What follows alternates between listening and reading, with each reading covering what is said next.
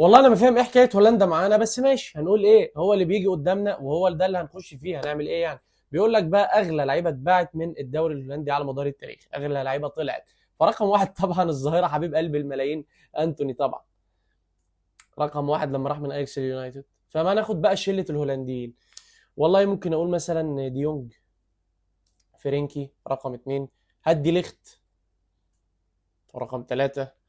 في ارجنتيني فده طبعا ليساندرو مارتينيز، شله اياكس. لا ليساندرو، اه ليساندرو مارتينيز، تمام. لما راح من اياكس برضه لليونايتد. ففي معانا رقم خمسة مكسيكي والله، فده ممكن يبقى لوزانو، هيرفينج لوزانو. ماشي، لما راح نابولي.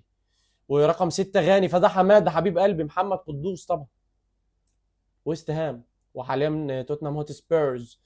فرقم سبعة معانا هولندي تاني والله، فممكن نقول مثلا فان دي بيك،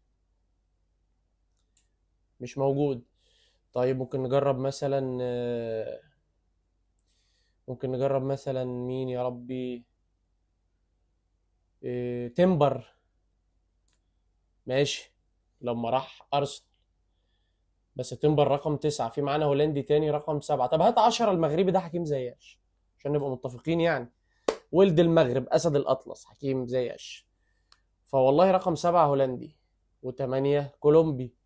فالكولومبي ده مين الولد الكولومبي اللي معانا ده؟ طبعا هو غالبا حد. اه جبته، طب والله جبته، تخيل ده فينسون سانشيز من اياكس برضه، وكان راح توتنهام. ده فينسون سانشيز بالفعل رقم 8. فاضل معانا رقم 7 هولندي الجنسيه.